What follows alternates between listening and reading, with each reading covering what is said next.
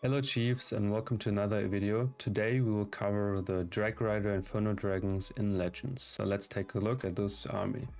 So as you can see here, he brings a mix of infernodragons and dragriders, mixing it up with the Dragon Duke, the Queen, the Warden and the Minion Prince, so going quite air heavy with 3 of the heroes being on air and then the Queen to support.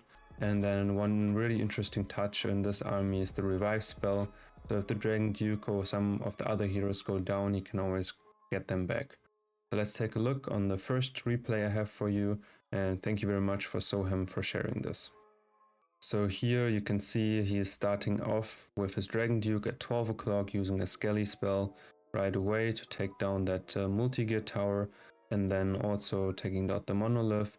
He's using a totem to make sure his Dragon Duke gets that 12 o'clock side.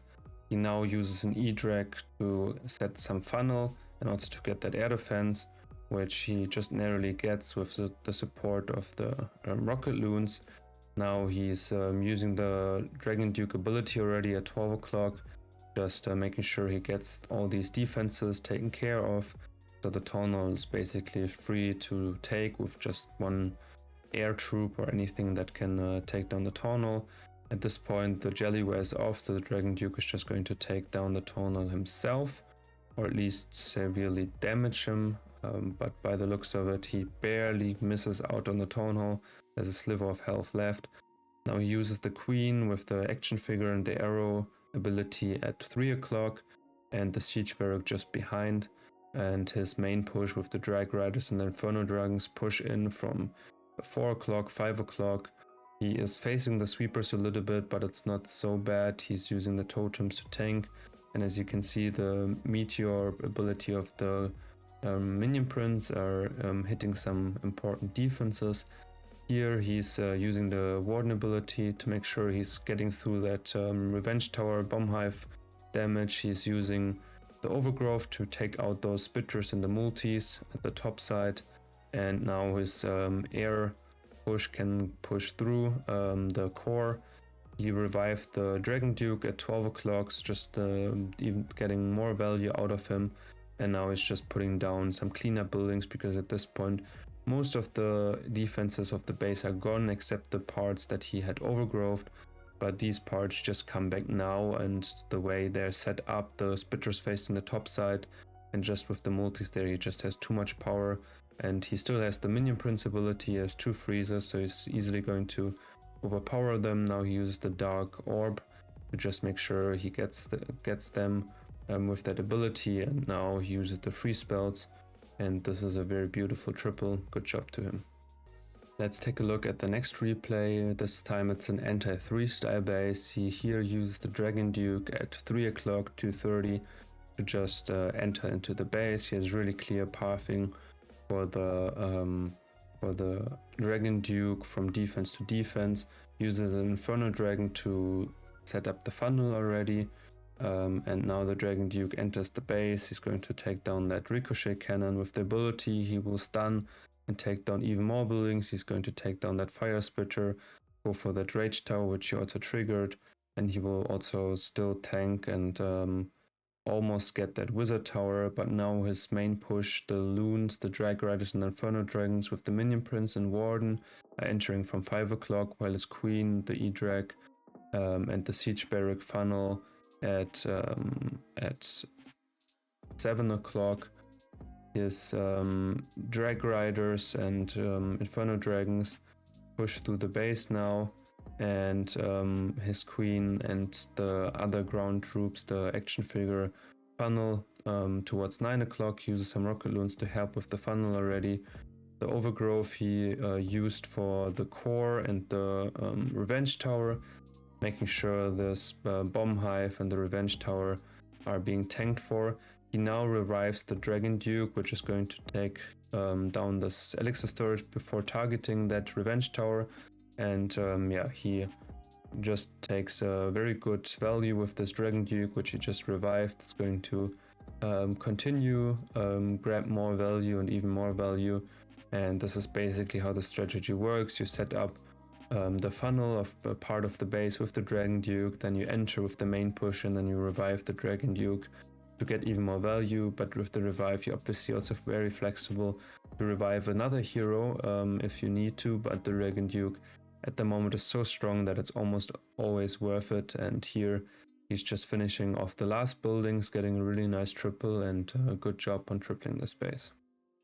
So let's take a look another time. As you can see, this time is quite short. So he takes a little bit of time to think, which is always reasonable. In Legends, you have 30 seconds to prepare, but now he starts off with the Siege Barrack and the Queen at 6 o'clock, shooting the arrow through the base to get that sweeper. And now he's putting the dragons in from 4 o'clock, the E-Drag at 3 after some rocket loons, which he used to snipe that air defense. And now he just wants to push his air troops to the core. Ideally, he wants his queen to walk from 6 to 9 o'clock. She's not really doing him a favor here by beating the wall. But yeah, so far it's still fine. She's still alive and well. And now she broke the wall and entered in. But yeah, as you can see here, he uses the super minions in the clan castle, which is always definitely recommended for these air hits with the siege barrack. The super minions come out, snipe a couple buildings, always get good value. He overgrowth the Torno here, so now he needs to make sure he gets it, but he still has the revive spell. He still has more spells for his Dragon Duke and the Minion Prince, who will just take over this entire compartment. He used the ability now just to get that monolith and the arch tower stunned. But he does that, and while his E-Dragon still works at 12 o'clock, he gets really good value. He still has a revive if needed. His Minion Prince just went into the Phoenix ability, so he could technically revive the Minion Prince if he wanted to, but he doesn't even need it in this hit, so he is just going to swag it. He could have used it on, yeah, also the Warden, potentially. But he doesn't need it, and yeah, just uses on the Minion Prince because why not? It gets another very awesome triple. So let's take a look at this fourth and final hit he shared with me. Thank you very much again to Soham for sharing these awesome replays. And as you can see, if you're one of the persons who wants to take care of legend hits really quickly, then this is definitely an army for you. Most of these replays were like 2 minutes, and that includes prep time where he took like 30 seconds to figure out what to do. Here he starts the queen at 8 o'clock, the siege barrack at 9, just setting the funnel there, one infernodragon and the E-Drag. On the other side, the arrows snipe the air defenses quite nicely, so now his air troops are not in danger. And more importantly, the invis tower by the Torno got triggered. So now he can just spam his drag riders and inferno dragons with the warden and the minion prince right into that Torno compartment.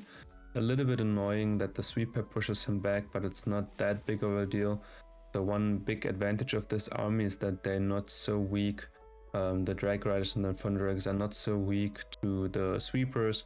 It's definitely a big issue for E-Drags usually, but here he's just yeah, making sure he gets all that value on both the sides. The Dragon Duke he's using now on the 3 o'clock side, 2 to 3 o'clock, just entering into the base there. And the other side of the base, like the 9 to 6 o'clock, really nicely funneled with the Siege Barrack and Queen, the super minion still sniping buildings there. He now uses the Dragon Duke ability right in the middle of it at 4 o'clock. And as you can see, there's still a lot of the army left. He still has the Minion Prince ability. He still has a freeze and another freeze. The first one he already used, but he still has another one. He uses the dark orb. He still has rocket loons, and he still has a revive spell. So yeah, at this point it's definitely a triple already. He used the revive spells, he used the freezes, and with that he just overpowers the rest of the base. Those scatters stand no chance, and with this he gets another triple. And yeah, that's it. I hope you have a good day, enjoyed these hits, and catch you next time. Iron out.